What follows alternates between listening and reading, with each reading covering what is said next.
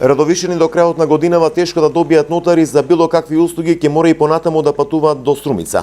Законската регулатива од 2016-та била доста компликувана во делот на испитите, во меѓувреме Министерството за правда ниту формирала комисија, ниту пак база на прашања за нотарски испити.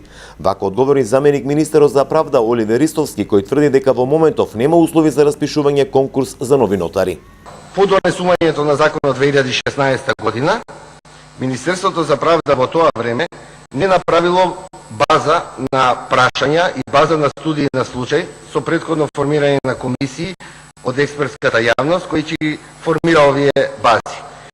Од тие причини во моментов е невозможно да се распише оглас за или конкурс за избор на нотар, но невозможно да се распише оглас и за полагање на нотарскиот испит.